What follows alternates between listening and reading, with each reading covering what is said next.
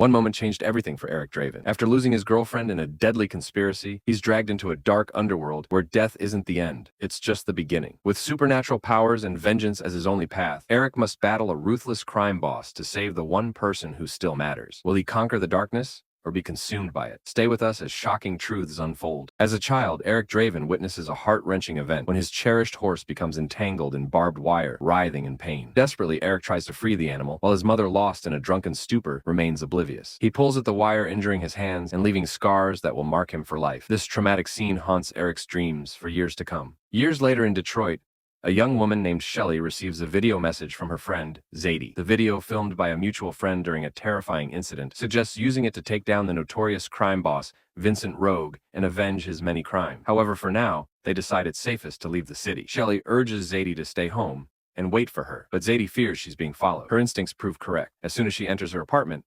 someone is waiting for her. Marion Rogue's right-hand man emerges, seizes Zadie's phone, and checks what she sent, and to whom Marion's assistant injects Zadie with a substance, and she is taken away. Realizing something is wrong, Shelly calls Zadie's boyfriend, warning him that Zadie has done something reckless. Shelly steps outside, feeling the eyes of her pursuers on her. In her attempt to escape, she bumps into a couple of policemen. Her purse falls, scattering its contents and revealing a packet of illegal substances. Shelly is taken to the station and later placed in a rehabilitation center. Meanwhile, Eric, now grown up, is also undergoing treatment there, grappling with the demons of his past. The program is tough, but he manages to follow the psychologist's instructions, striving to overcome his inner turmoil. One day, Eric notices a new girl at the center and feels an immediate connection, even though relationships with the opposite sex are strictly forbidden there. Meanwhile, Vincent Rogue, a notorious patron of musical talent, meets a young pianist. Their conversation is cut short when Marion informs Rogue that Zadie has been found. Rogue heads to the back room, where the terrified girl is being held, and demands to know Shelly's whereabouts.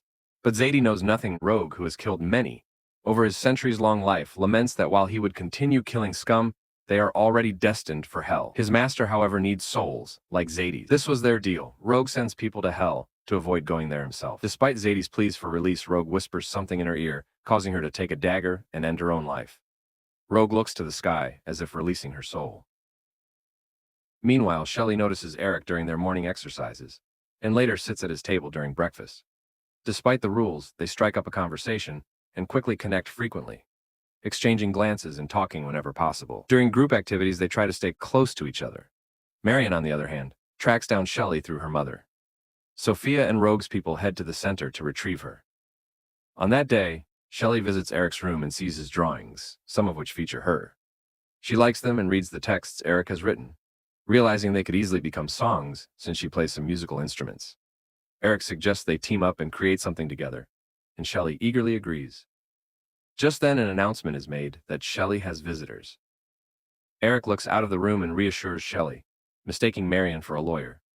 But when Shelly sees the woman, she is terrified. She asks Eric to help her hide, though she doesn't know how. In the center, Eric leads her to the laundry room and shows her windows that lead to freedom. But first, they need to remove the tracker. After freeing Shelly from her bracelet, Eric does the same. When Shelly asks why, Eric smiles and says he's tired of the center and intends to go with her. The couple successfully escapes, and after climbing over a fence, flees into the woods. Soon they reach a forest road and stop the first truck that agrees to take them to the city. Shelly leads Eric to her friend's empty apartment, as he is out of town.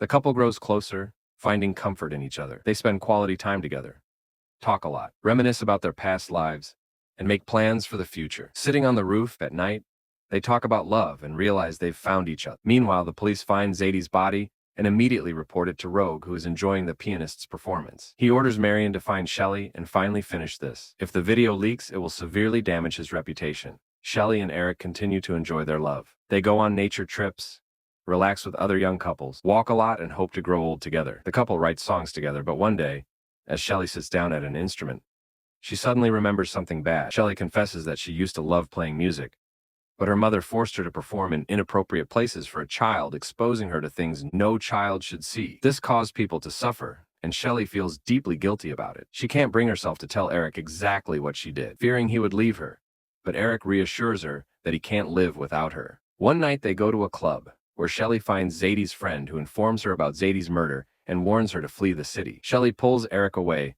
promising to explain everything at home. But when they enter the apartment, Rogue's men attack them. Eric and Shelly die, sinking into the realm between life and death, Where they are separated, Shelly is plunged into the abyss, while Eric ends up in limbo, a place where souls await their judgment. Here he meets a mysterious spirit named Kronos, who explains that in ancient beliefs, the crow carries a soul to its next path, whether to rest or to continue fighting against injustice. The crow will show Eric his path. However, Eric doesn't believe in the reality of what's happening and tries to leave. Kronos advises him to wake up and pushes him. Eric falls and wakes up in his apartment trying to find Shelly, but she's nowhere to be found. Suddenly, he hears the voice of Marion's henchman, who has returned to the apartment to retrieve Shelly's phone because someone interrupted the killers that night. The man spots Eric and tells him to step outside, claiming to be a policeman. Eric, confused and feeling disconnected from reality, doesn't understand what's happening to him. Suddenly, the policeman shoots and Eric falls, but he immediately gets back up, terrifying the man.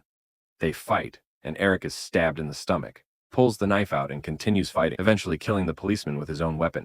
He watches in amazement as his wounds heal. Stunned, Eric walks into the street, recalling Kronos' words about the crow, and how a soul burdened by immense grief can't always find its way. Suddenly, he spots Shelly on a bridge ready to jump into the water. He shouts for her to stop, but she jumps. Eric dives in after her, once again facing Kronos. Now he understands they are both dead. Kronos explains that Shelly is descending to a place far worse than this one. Those who killed them made a pact with the devil, gaining eternal life in exchange for innocent souls. Eric must avenge their deaths, so their souls can find peace. His body is now immortal, but the pain will persist as long as his love remains pure. Kronos pushes him, and Eric returns to the living world. The first thing he does is visit a friend to get a gun. Then he finds Shelly's mother, who tries to dismiss everything as her daughter's substance abuse. But Eric knows the truth. Sophia is too scared to talk. So Eric goes into Shelly's room, finding photos and Zadie's theater pass. Eric heads to the theater and encounters his killer, who isn't surprised to see him. Eric demands the names of his master's accomplices, but the man reaches for his gun and is killed by a stray bullet. Eric takes his phone and finds Marion's name. At that moment, he sees Marion getting into a car with her assistant. He steps onto the road, but the thug quickly realizes what's happening and orders Marion to duck. Despite this, Eric shoots and then gets into the car, trying to kill everyone inside. But Marion's assistant stops him. Eric is thrown onto the road right in front of a massive truck, but his unkillable nature allows him to recover quickly. That night, Rogue visits Sophia, demanding to know why Eric came to see her. She admits that Eric is determined to do anything to bring Shelly back. It turns out that Sophia traded her daughter's soul for wealth, a decision she now deeply regrets. Rogue condemns her soul to hell, and in despair, she throws herself out the window. Rogue then gets into the car with the young pianist and calls Marion, instructing her to capture Eric. Meanwhile, Eric confronts Zadie's friend, accusing him of betrayal. The terrified boy reveals that Marion is just a pawn, and that the real mastermind is Vincent Rogue, who possesses the ability to manipulate minds with his voice, making people commit horrific acts. The boy admits to filming the video that led to Zadie and Shelly's deaths. Eric lets him go and heads to the apartment where he and Shelly had hidden after their escape. He reminisces about the happy moments with Shelly and finds her hidden phone. Watching the video, he sees Shelly under Rogue's influence, brutally killing her friend, which overwhelms him with grief. Eric confides in their mutual friend, expressing his struggle with heavy thoughts and doubts about his love. At that moment, two of Rogue's thugs burst in, abduct Eric, and kill the friend. Witnessing this, Eric breaks free and fights back with renewed determination. Eric is shot and dies once more. Returning to the afterlife, he faces Kronos again, who tells him that his healing ability is lost because he didn't complete his mission and doubted his love for Shelly. Now her soul is condemned to eternal darkness. Kronos suggests that Eric should let Shelly go and accept an easy eternity. However, Eric pleads with Kronos to take his soul in exchange for saving Shelly's. Kronos reminds him that they will never be together, but Eric insists, agreeing to endure eternal torment to save his beloved. Suddenly, a flock of crows soars above them. Kronos cuts his hand, and Eric's joining their blood. Eric writhes in pain, his eyes clouded with black blood, and he gains the ability to traverse between worlds like a crow. Now he has another chance to bring justice and kill Rogue. Eric rises from the dead and kills his murderers with their own weapon. He finds an SMS on one of their phones revealing that Marion will be at the theater. He applies terrifying makeup arms himself and heads to the location. At the same time, Marion reports to Rogue that Eric is dead, which displeases him. As the show begins, Marion and her people focus on the performance. Eric enters the theater and methodically eliminates Rogue's guards. They try to stop him, but he coldly clears his path, leaving bodies behind. Neither knives nor bullets affect him, and his wounds heal instantly. Marion reports this to Rogue, who thanks her for her service. Meanwhile, Eric reaches Marion's balcony and demands to know Rogue's location. Reluctantly, she provides the address before Eric beheads her and her guard. He then takes their heads to the stage, throwing them into the audience and causing panic among the spectators. As they scatter, he spots Shelly and recalls her wish for a bouquet of lilies. He grabs the flowers and leaves them on the bridge before heading to Rogue's estate. Eric walks straight into Rogue's room, where Rogue reveals that he too is made of flesh and blood. He mocks Eric's plan to bring Shelly back and expresses sympathy for his disappointment.